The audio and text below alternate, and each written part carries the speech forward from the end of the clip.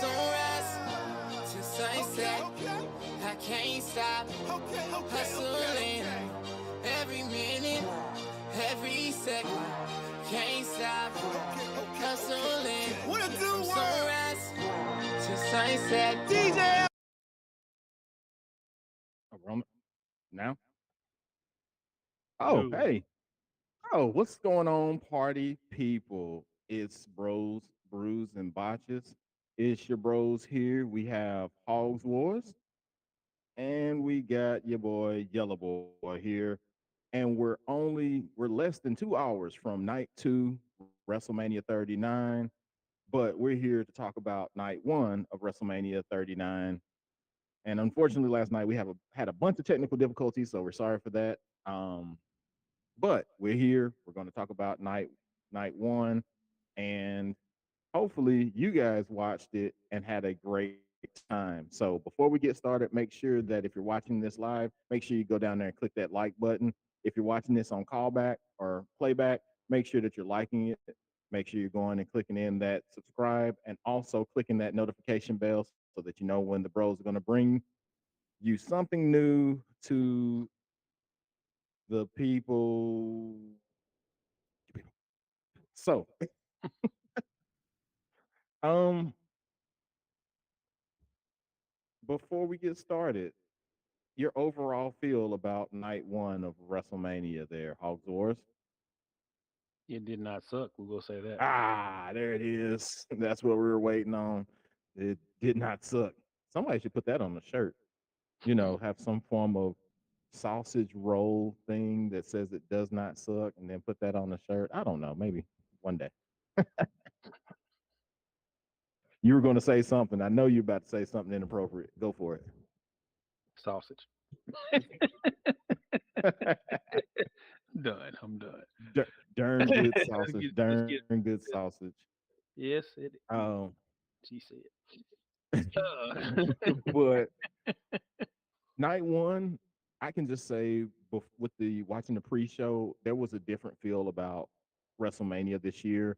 It had a whole lot more prestige. I think they made it more of a big deal this year. It seems like to me, from the pre-show to the presentation, the set, all of it looks like they're making it a big deal. And also, this is the very first Triple H directed WrestleMania in the Triple H era. So yeah, I think I follow your sentiment. It did not suck. But without further ado, let's talk about this show here. So no secret to anyone because they had announced it beforehand that the first match of the night was John Cena versus Austin Theory. And Hogs Wars, what was some of your, I guess, main points of this match, or what did you like about it? I like the fact that Theory looked a lot better than he has in the last couple of weeks against a lot of similar opponents in size. I think from the looks of it, John called the match, and he called a pretty good match because it kept it entertaining, but it wasn't you know overtly what's the word I'm looking for, like he was just like he wasn't trying too hard. He was just doing a good job out there. Um, I did like the entrances for both guys because John just letting everybody know, yes, I still do make a wish. That's all my life. Hope y'all love me still. And and Theory kind of showing that he still got a giant ego as he basically comes out backwards first, like look at me flex first. This is how I look. Even though Yeah. they didn't get it and took the camera in the front face, I'm like, come on, he's trying to show y'all he's swole. Work with him. Come on. Anyway, um, a lot of good spots, and overall, it didn't suck. It wasn't a great match or anything, but it was a good start to the show. Um, and I failed to mention two things. They had Becky G do the America the Beautiful, and they had the promo package with Kevin Hart to lead into WrestleMania. That was the only things that I missed.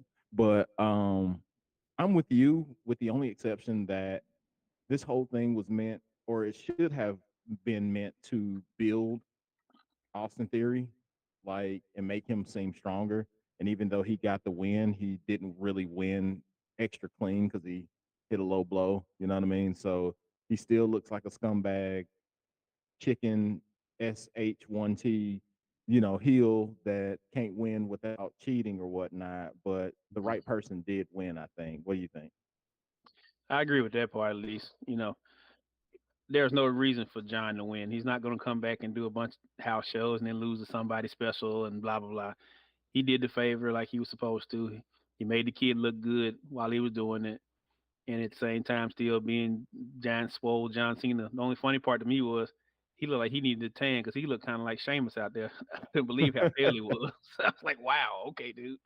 But Yeah. anyway, And I mean, I mentioned this is going to sound really weird, but I mentioned how vascular the man still looked. But yeah, he did need some sun. Yeah, the less that I say about that, the better. Where he's very veiny. He's very thick and veiny. Yeah. So, yo, but he still has that bald spot going on for him or whatnot. man, But you know, he's still John Cena. So, after that match, we had I'm sorry, he won with low blow, A Town down, got the win, still United States champion. Then after that match, we had the highlight package of the night or whatnot that they showed as it went into the showcase match, the the fatal four way tag match, which was the showcase match that included Alpha Academy, Braun Strowman and Ricochet, Viking Raiders, and the Street Profits. And I really kind of wish they would have reversed order with the first match with Austin Theory and John Cena and this match, because it would have at least got the crowd a little bit going, because it took the crowd a little bit to get into it. But this match humped. It was only 8 minutes, but this match absolutely slapped. It had a bunch of spots. You got your flip you do stuff that you need, and holy crap, is Chad Gable strong. He man. that chaos theory German Sheesh. suplex, and he suplexed Braun Strowman.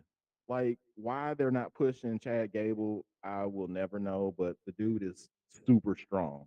But what'd you think about it? What spots pointed out to you? Definitely, Ricochet deciding that he was literally going to float on air outside the ring a couple times.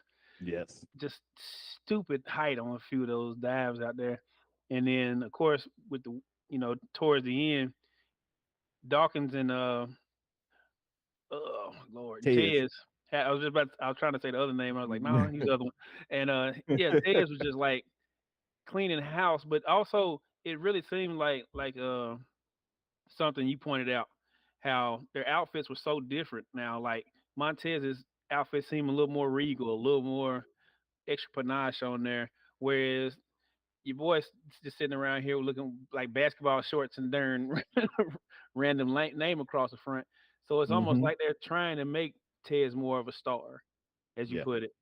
And I get it, but when both guys are really good, it's almost like why are you kind of neutering one guy to push the other guy? Like he can't do it on his own. I mean, come on now. But other than that, like you said, it was a good match. It kept going. It was a lot of good spots. There's always that one everybody stand in one spot and we all flip together spot, and then there's another one where everybody wants to get on the top rope and we all got to band together as some group of ants and everybody fall backwards. But other than that, which, like I was telling you, that spot looked better to the fans in the stadium than it did to us on darn TV. Because when you saw the way they looked at it, they was like, "Oh man, oh wow," and we was like, "Okay, we've seen enough ROH and AEW now. It's like, okay, it's something people do. Great." So, And then we talked about it as well. Like, it just, how ironic is it that they had Braun Strowman do a dive from the top rope oh heck yeah. when the only reason that he's tagging with Ricochet is that he made that social media post that the Hmm. flippy flippers, and he's now with the flippy flipper and doing a jumpy jumper off the top rope. So, Shoot, but looking like your boy off Ring of Honor the last night. right. It's like a Um, stone falling out there. but like I said, it was an 8 minute match, but it did what it had to do, and the right team, I think, again won, which was the Street Profits. After, like you said, there was the Ricochet tried to do another shooting star, but landed on the knees of Angelo, Oh, and then Tez did his normal jump to the heavens frog splash while on the knees of Angelo onto Ricochet for the win. So again, I think I wish that the placement of those matches were changed, but it is what it is. The crowd had their like once that first match kind of got out of the way, the crowd kind of had energy until a match later on. Um, so mhm, moving on, the next segment was an up, up, down, down with Austin Creed doing basically a simulation. It was simply a advert for WWE 2K23, all it was, mhm. and which led into another good match of the night. Not a sponsor, by the way, you guys. I know Hogs was drinking that, Sonic the Hedgehog, but not a sponsor. Negative. But can be a sponsor if they want to be. We'll take those sponsorships. Um, but the next match, one of the better matches of the night as well. I mean, people thought it would be anyway. Was Seth Rollins versus Mhm, Logan Paul. Um, I'll talk about the intro and then I'll give it to you, Hogs Wars, to talk about the match because yesterday was Logan Paul's birthday, and for his birthday, he got a zip line, and he zip lined down to the stage. And then as he proceeded to the ring, there was a mascot for his Prime Energy drink that accompanied him to the stage.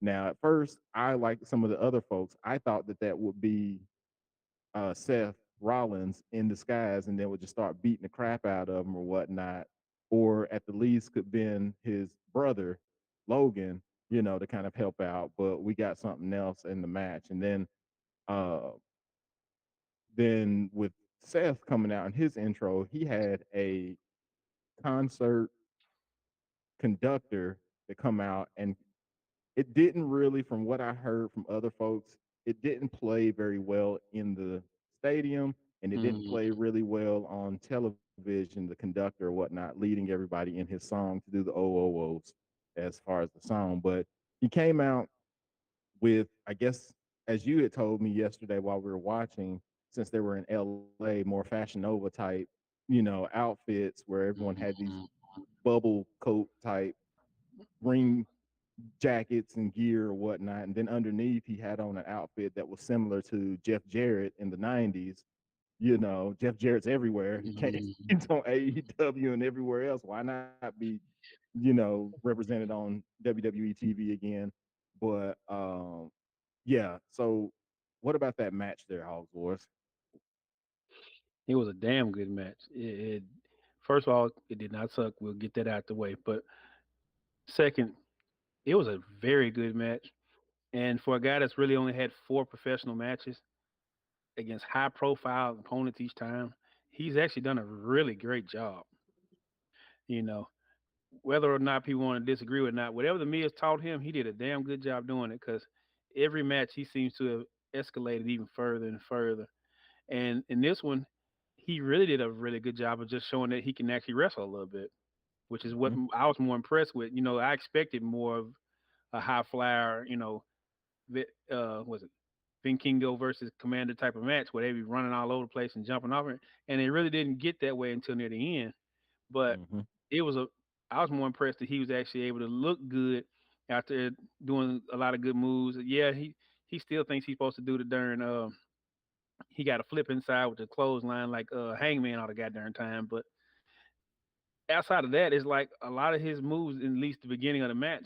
Well, I'm gonna keep you. We're gonna try to ground it out. We're gonna grind it out. We're gonna do a lot of really good moves, and I was impressed with that because I tell you first, I didn't want to give him any kind of credit for anything because as a person, on a lot of the YouTube stuff, he's done a lot of shady stuff out there. But when it comes to wrestling, he brings his whole heart and soul to it. I cannot deny that, and he works his butt off for it. And given that, he really did a good job. But talking about spots, the funniest spot is still with him and Seth Rollins on the outside. I thought that was hilarious because like he was talking about the bottle, for instance. trying to figure out who the person was and everything. Well, anybody that knows him knows one of his chief rivals is this guy called KSI, this little black guy he boxes with. And lo and behold, he's run. He takes the little thing off, and everybody sees his face. Like, oh, okay, great, wonderful. Well, he's trying to be cool and stuff, and uh, Logan puts Seth Rollins on the Spanish announce table, and we're like, okay, well, here comes the elbow or something.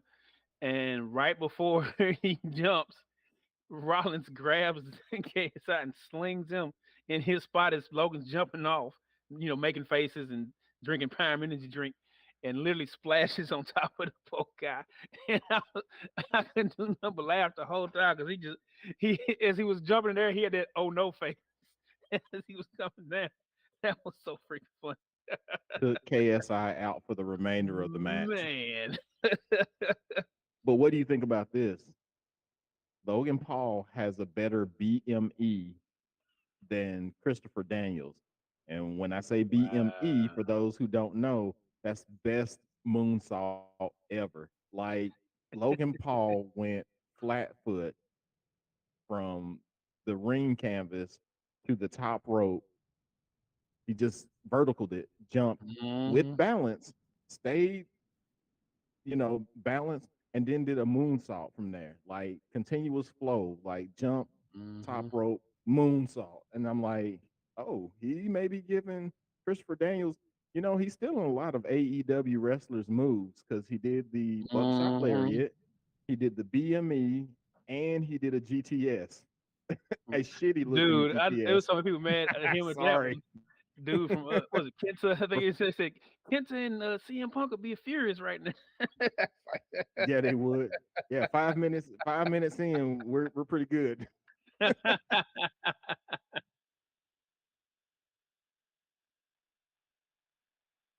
Oh man, yes.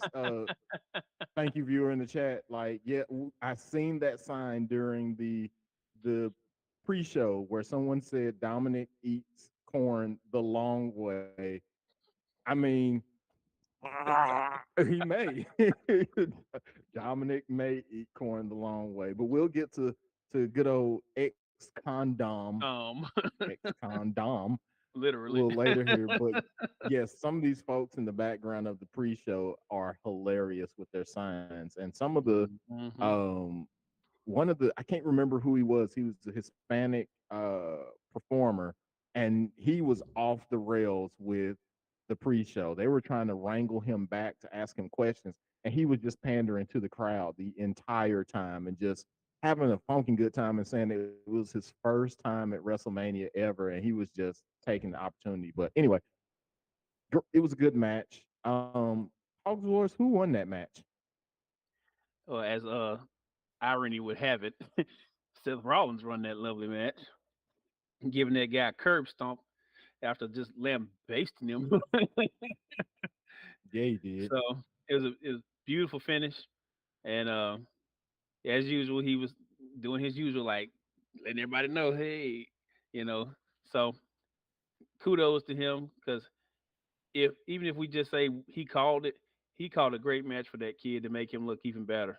So even though he lost, he still looked good out there. Yeah, he did. And I don't know if it's rumor or if there's any truth to it, but when he signed his contract, Logan Paul that is, he said he had a multi-year deal. And there was rumor mills that he made an announcement on his Impulsive show that it's coming up after this weekend, that his contract is up. So it may be that his storyline that he's doing this kayfabe, or he may need to sign. But he posted something that made it sound more kayfabe than anything. So I wouldn't think that he'd be done after this, especially after all the. I mean, we can say a lot of things about Logan Paul, the person, Logan Paul, the athlete performer, and what he brings to WWE, those billions of followers that he has on social media and stuff, he brings those to WWE. He brings those eyes and such. And WWE would just be completely stupid not to re-sign him if his contract is up. So I would say that we see him for at least the big shows like He may go across the sea to Money in the Bank, maybe, maybe not, or he may just do another one at um, SummerSlam in And you know Detroit. he gonna be a gonna be a Saudi Arabia because he was last time. So Yeah, I mean they're paying out big bucks. He's looking to make big bucks, so I wouldn't see why not. So anyway, moving on to the next match, which was not my favorite, but if it's your favorite, then kudos to you. It was the 6-woman tag match between Damage Control, because I'm not going to say control because CTRL doesn't spell control. That's control. And Becky Lynch, Lita, and Trish Stratus with the Stratus faction. And we had called it before the match even started, Hogs Wars. We said, I'm pretty sure that Becky's going to be doing the majority of the work in this match until a hot tag happens. Because I'm like, God knows I love Lita. Love what what she represented back in the day. But even back in the day, she could barely get those moonsaults out without killing herself or breaking her neck, which one time she did break her neck. Um, and we know Trish Stratus is still very active. You know what I mean? Because man, she very active. He hey, look, I'm sorry. I'm gonna have to say what I said. You remember what we were talking about? I'm gonna have to say this. So it was a choice for Trish Stratus's outfit, and we're gonna call it something because of her Canadian heritage.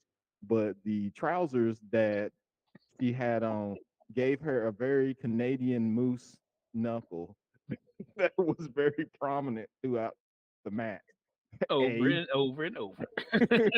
man, I'm like, it was very reminiscent of the outfit that she wore, and I can't remember which WrestleMania it was, where she had the short top with the Mm, collar and the hat, the fedora, but she had pinstripes on for the bottoms during that WrestleMania, whereas she had these. I don't know. The material just made it to where she had a bigger moose knuckle than what she may already have, but a little shiny Superman going on down yeah, she did. She had some Mace. She had some Mace and P Diddy going on there. Some bad boys. there.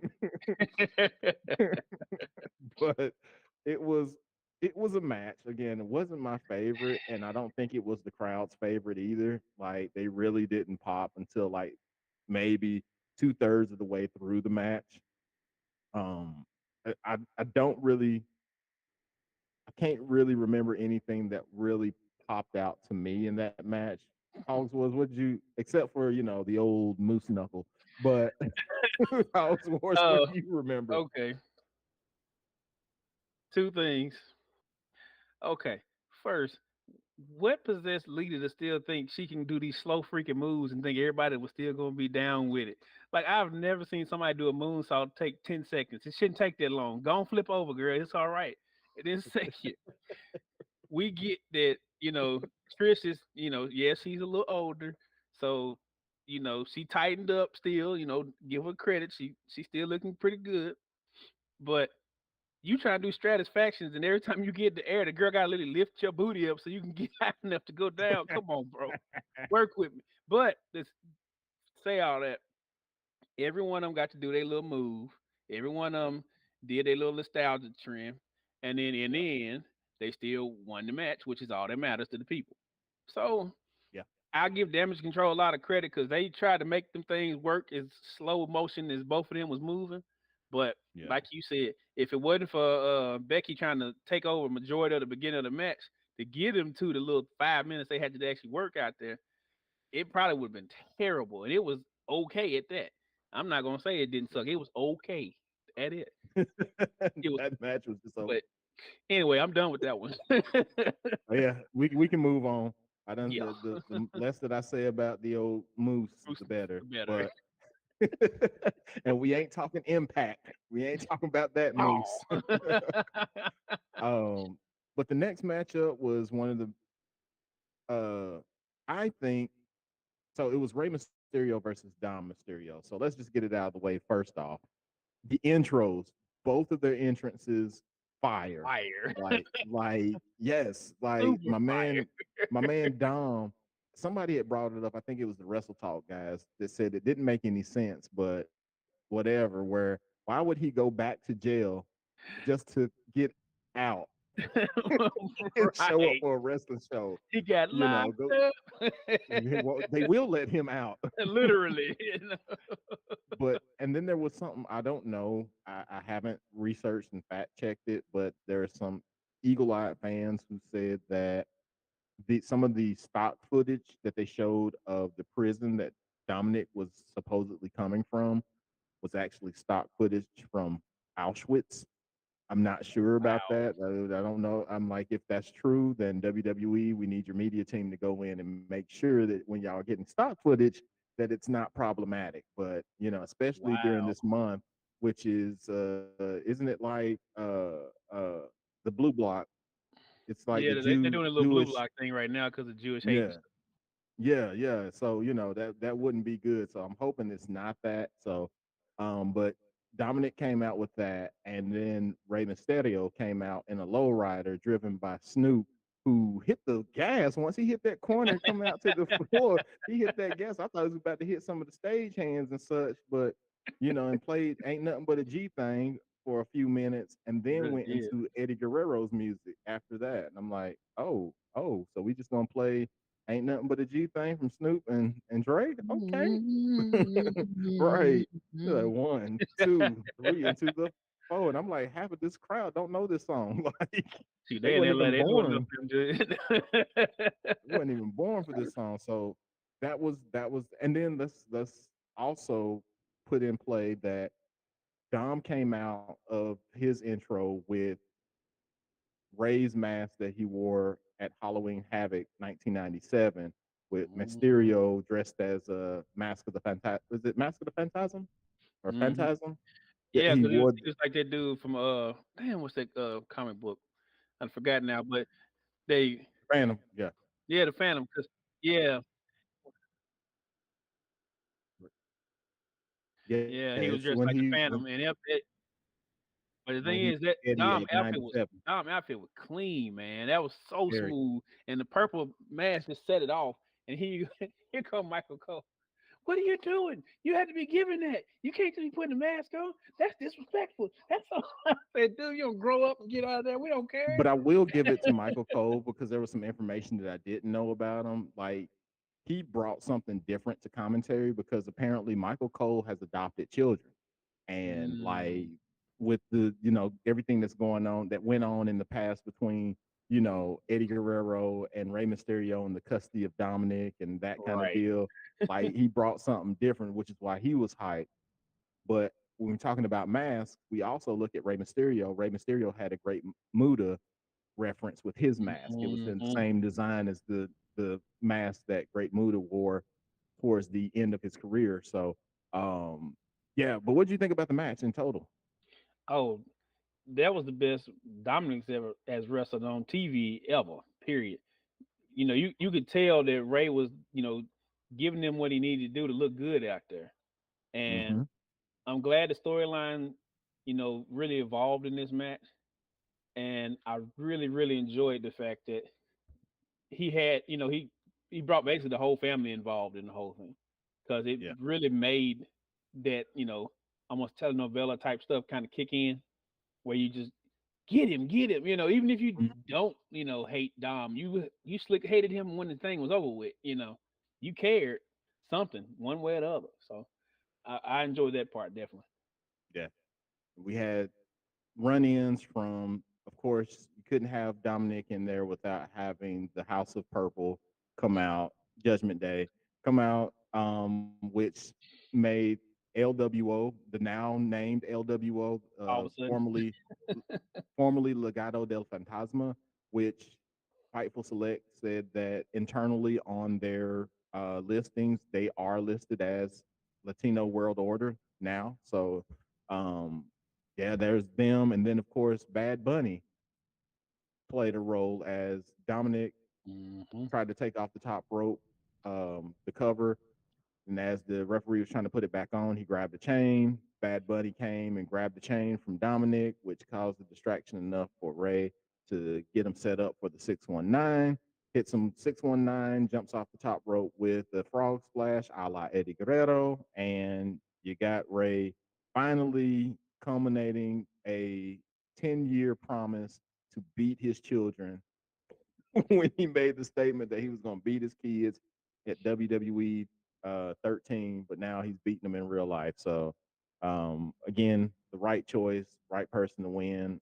And like you said, Hogs Wars, I think that was the best match that Dominic has competed in since going solo. So, um, moving along, next match, my personal pick of the best match of the night, which it can go either way, but it's the SmackDown Women's Championship match between Rhea Ripley and Charlotte Flair. And man, let me tell you something.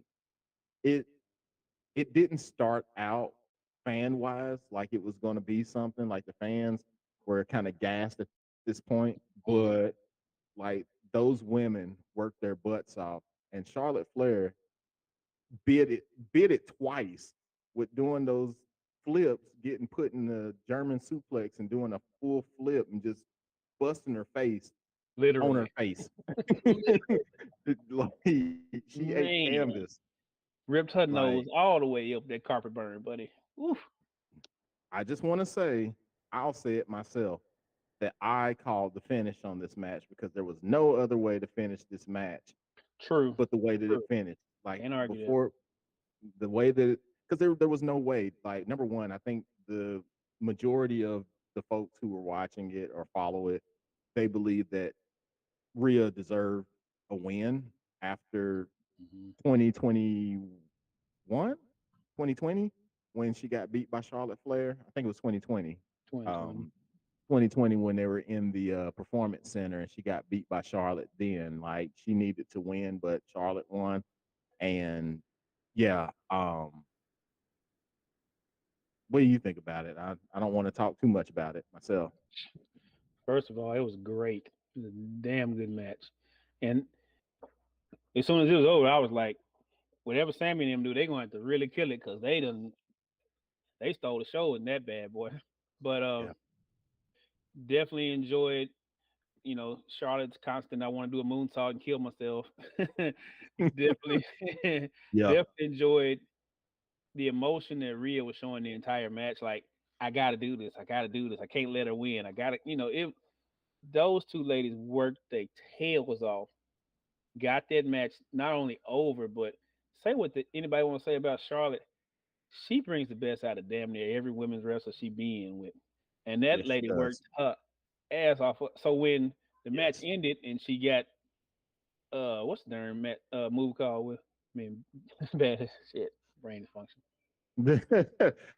Uh, Hey, thank you.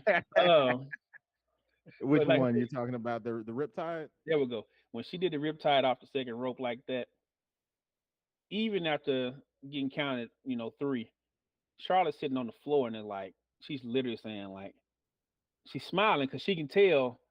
I guarantee she thought with the lack of any kind of push for this match, and it really wasn't any kind of push for this match.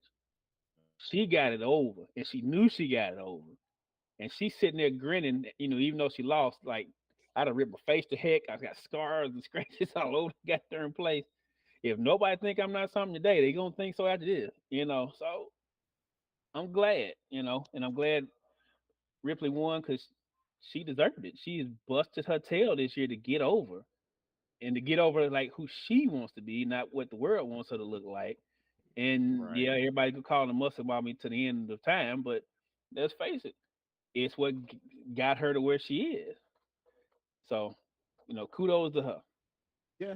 And I know some people will argue at the fact that Charlotte sitting outside the ring kind of undermined and how she reacted because like she got hit with the riptide and put her out, and then she sat in the ring and kind of no sold it by sitting there laughing and stuff like that. Maybe undermined it a little bit, but you also got to think as well before the match even started that you had uh, a heel that was booked as a face and basically a face that was booked as a heel, Hmm. and Charlotte being the face that's booked as excuse me a heel that's booked as a face because let's face it, Charlotte cannot help herself because she's a natural heel. She cannot help it. Even when she's a face, she does heelish type gestures, movements, and stuff like that. And Like Logan even Paul.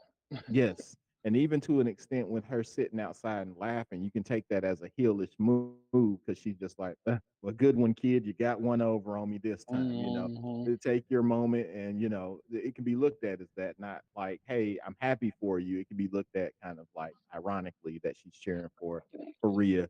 And how about it before I move on to the next match, um, to the or to the next segment?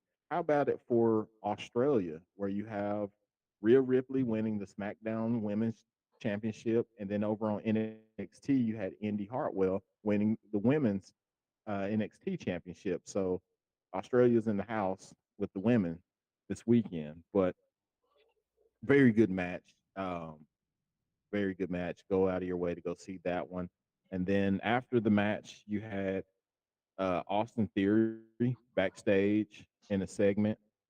And then you also had a Miz and Snoop segment in the ring where Miz is claiming that he made a challenge online and he really didn't. And I know you absolutely hated this segment, Hogs Wars, but it made a return of Pat McAfee, who called the challenge from the Miz to do a short match. Like, I agree at the fact that this wasn't necessary. It was padding Hmm. time. Did not need to have this. I get it. It's WWE in Hollywood, and they need to do stuff and bring out names. And you had George Kittle, Hmm. George Kittle from the San Francisco 49ers come out and, clothesline the mess out of the Miz. The Miz is he's becoming Heath Slater. That's what he's becoming. Yeah, and I don't like it because he's better than that. Yeah, He's way better than that. But it's almost like he's happy doing that, not the other way yeah. around. Like, you know how say we wanted about John Cena. The last 2 years, John Cena has put over so many goddamn people that he really Hmm. didn't have to, and Hmm. it's like he's doing it with a smile on his face. So if these guys are trying to, pass the torch on to the next ones, and you know, that's what they feel they should be doing right now because they don't want to be, I guess, like 90% of the wrestlers when they got older and couldn't move type thing. I understand that, but you don't have to do that. We still semi respect you, man. You don't have to put yourself through that. You still a great heel. So, Yeah. but anyway, I, I will. gave Pat McAfee. So, Yeah. Well, I give WWE credit on this. They're using a bunch of celebrities who at least really enjoy wrestling. Like if you think hmm, about it, all the celebrities true, that they're using very are true. folks who really appreciate and watch wrestling and know the product. So, I mean, I'll give them that at least. But yeah, you had that impromptu. Of course, Pat McAfee does his thing, wins, blah blah blah. Move on Which to give him credit. That Joker did that darn jump to the top rope too on his own, yes, and that was say what you want to. He do it smooth every time.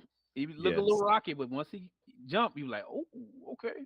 So, but The, anyway, the man is athletic. Like I will again, WWE is doing a great job of bringing in people, celebrities who are hunters. athletic. Yeah. And they can actually and they will practice. They'll come in and they'll take it seriously and they'll practice everything. And that's kind of what you didn't get in the past, where you had like folks like can't even think of his name, plays Wolverine. Um Hugh Jackman. Hugh Jackman come in and do a work punch on, individuals, all that kind of stuff. Anyway, Right. Nobody cared. it's time for the main Main event. event.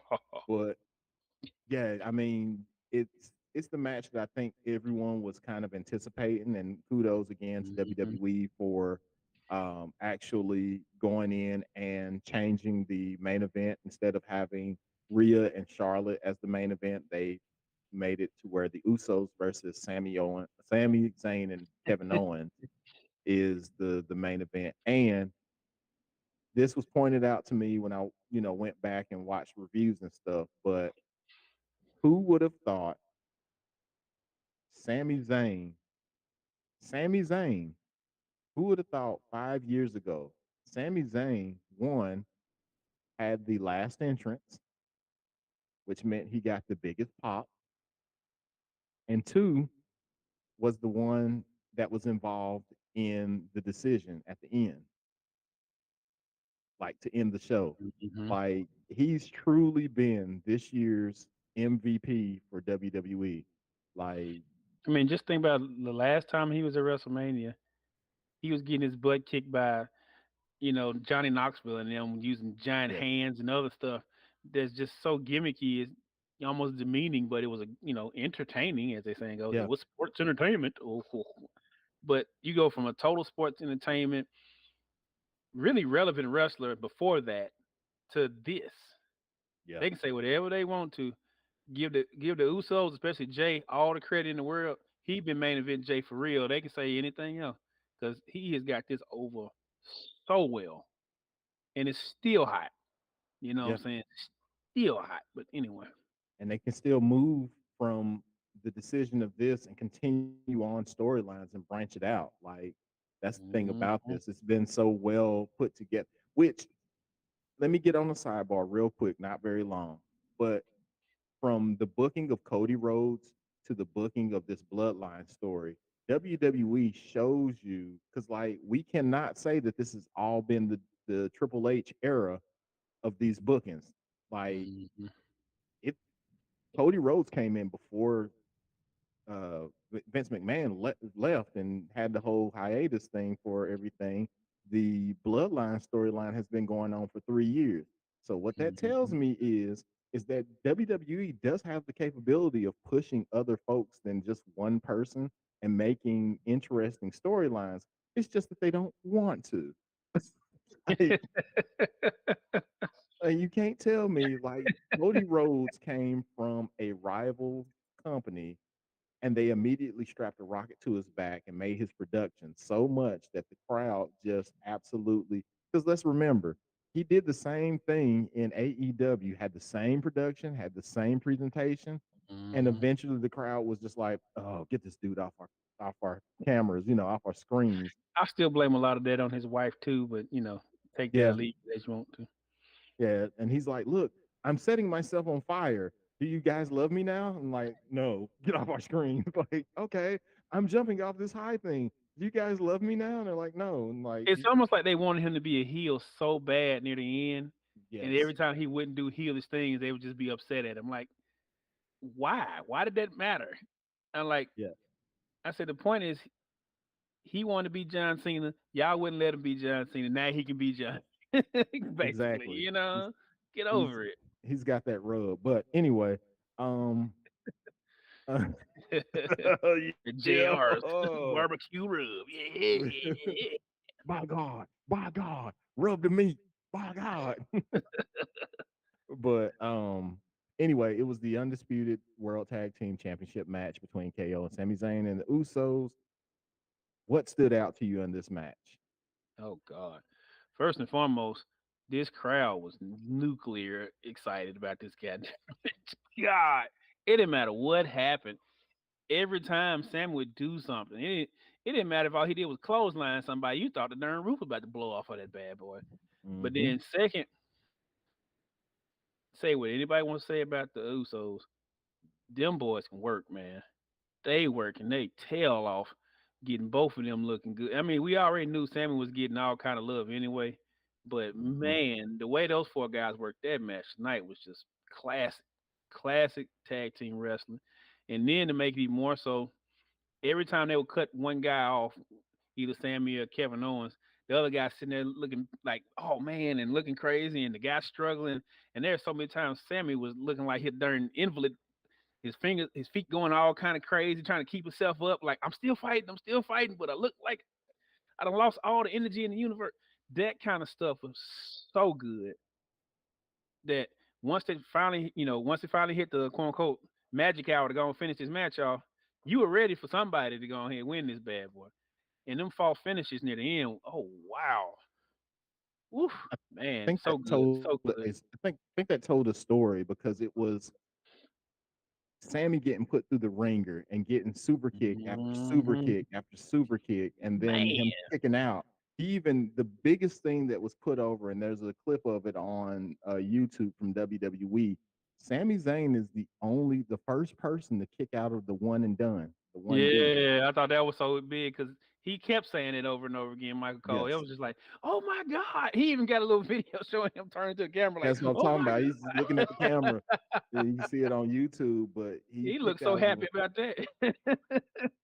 And it's been, like I said, it's been Sammy's year from, like you said, going from doing Mhm. some stupid jackass stuff to being in the biggest storyline in wrestling, not just WWE, but in wrestling. And the fact of the matter, he went through all that and kept kicking out, and then he was in the decision because he just kept he hell of a kicks. Like after receiving a hell Man. of a kick from Jay himself, he put Jay through the ringer with three Ooh. hell of a kicks. Like and kept like Jay was falling down, and he picks Hmm. him back up and sets him up in the corner, and gives him another one. And it's just this is storytelling. And then of course, the tag team of Kevin Owens and Sami Zayn gets the win on this, but even more than that, and props to the production team. There were people crying in the Literally. crowd, crying from this win. Kevin Owens was crying because like he Dude, it was didn't so see much himself. catharsis. It's ridiculous. Like, Yes, wow. it was like one of the biggest moments that's happened in WrestleMania history. And like, there's some people that are saying this is with night one, this has been the best WrestleMania ever. I don't know about all that, but Well, see, I always measure any WrestleMania to 22, the one with Triple H and John Cena, because from hmm match to match to match, even the worst match was John Bradshaw Layfield and he who shall not be named anymore, Benoit, and even that was a stiff, great match. That was the same match with giggity. Edge going through the flaming table against Mick Foley. That's the same one you had uh, RVD winning the Money in the Bank that led to him in that classic match with John Cena at Hammerstein. So I mean, Yeah. that whole if you can match up to that, hey, you tops in my book. But between now and then, was it WrestleMania, was it 17 that everybody always talks about all the time? Or 17 Yep. or 19, the one in Houston? 17. Yeah, 17 is my one. that everybody's always so in love with. So Yeah. those when you get to that level, we'll see when the day is over with. But they had a damn good start so far. Yeah. If tonight is anything like last night, then we've got a good ride for us. So let me do my impression of Excalibur from AEW, just for those who don't know what's on the card tonight. So tonight on WrestleMania Night 2, we have Roman Reigns versus the American Nightmare, Cody Rhodes, for the Uwu Championship, because I'm not going to say all of it. You got Bianca Belair versus Oscar for the Raw Women's Championship. Gunther versus Drew McIntyre versus Sheamus for the Intercontinental Championship. Edge versus Finn Balor, where Finn Balor will bring back the Demon Persona. And also, there may be a special guest cameo from the Brood leader, Gangrel. Then you also have Brock Lesnar's Omos and the Homo sapiens. Then Liv Morgan and Raquel Rodriguez versus Natalia and Shotzi versus Ronda Rousey and Shayna, and versus Sonya Deville and Chelsea Green in the Showcase four-way tag team match. So those are the things for tonight. Out of tonight's matches that you just heard, Hogs Wars, which one are you looking most forward to? Uh, what is it, Lord and Savior Cody Rhodes over there? Deadpool. Adrenaline Yeah. in my In my soul. soul. Holy crap, it's Cody Cody Rhodes. Rhodes. Do it all for Martin The Luther King. King. Man, Cody I'm Hotel. telling you, like, it is the Yeah. one match I have been waiting to see Oh my because gosh. I want to see what Roman has made a lot of guys famous. You know the old phrase "monkey butt famous." Yeah, he's Yeah. made a lot of dudes famous, and I want to see if he can do that because Cody's matches have always, especially even in AEW, have been very good, been very calculated. They've brought the best out of the other person he's going against. So I really want to see how this one's going to end. Um, and then let's be honest, I don't think anybody cares what Ronda Rousey and them doing in that match. I think it's just there for filler so that hopefully next on during Raw or SmackDown, somebody will finally get the belts back off of Becky and them. So we shall see. Yeah. I think for me, Same. I want to see what Cody does. I'm not interested in Brock versus Omos or Heck, anything like that. Um, Unfortunately, I don't think Ronda Rousey's heart's into it anymore, and I don't see her being long for WWE. Um, and I'm watching the kickoff show right now, and they're showing our Lord and Savior, the King of destroying racism, Cody Rhodes, and Liberty and Brandy Rhodes getting off of the Rhodes these bus, names, man. and hopefully Ricky Stark is nowhere to be found in this, so that he doesn't get in trouble like at Royal Rumble. Ricky, don't get yourself on camera, but like Right, it so ain't gonna you be so you good can get for you. done in by somebody else that nobody cares about, you know. Right. So, um, but I wouldn't say. I also want to say that I am interested in Bianca and Oscar only because Bianca with the Tennessee connection, but there's no build to that either. I mean, Mm-mm. not really. So, I mean, no one really cares, and it's not. I don't even think that it's going to co-main.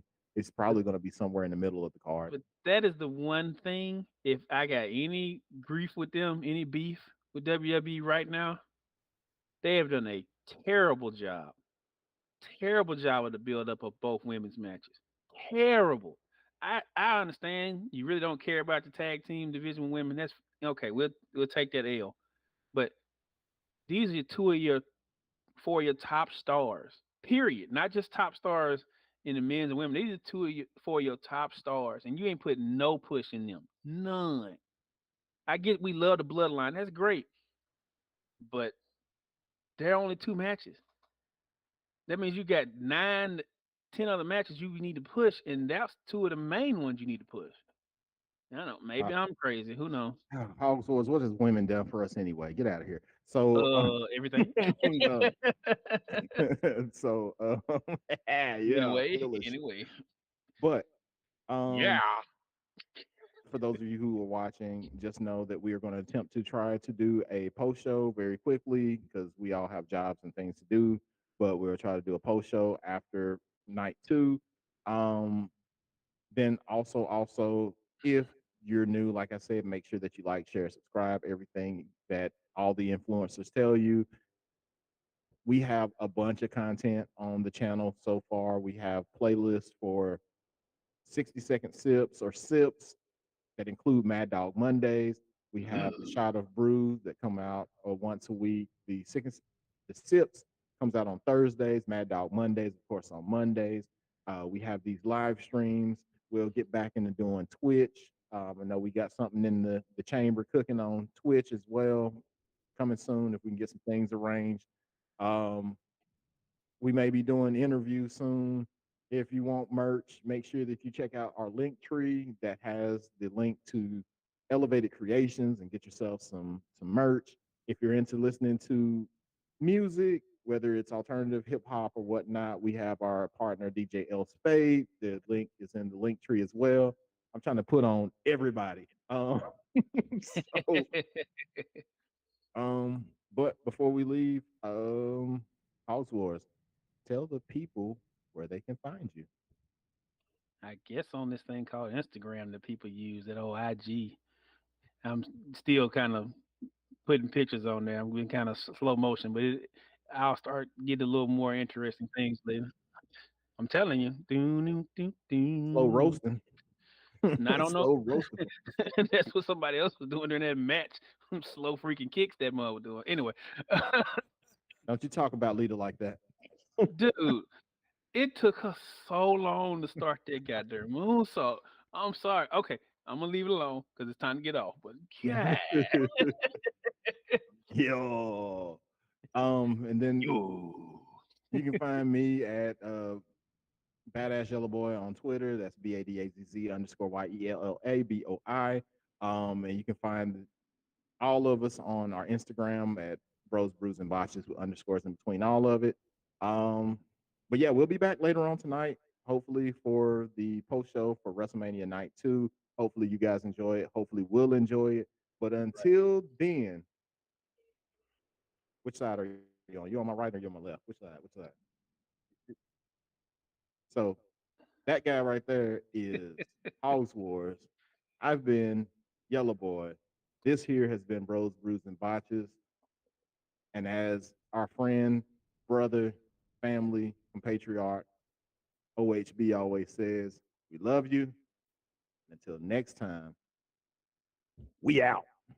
From sunrise to sunset, I can't stop hustling every minute, every second.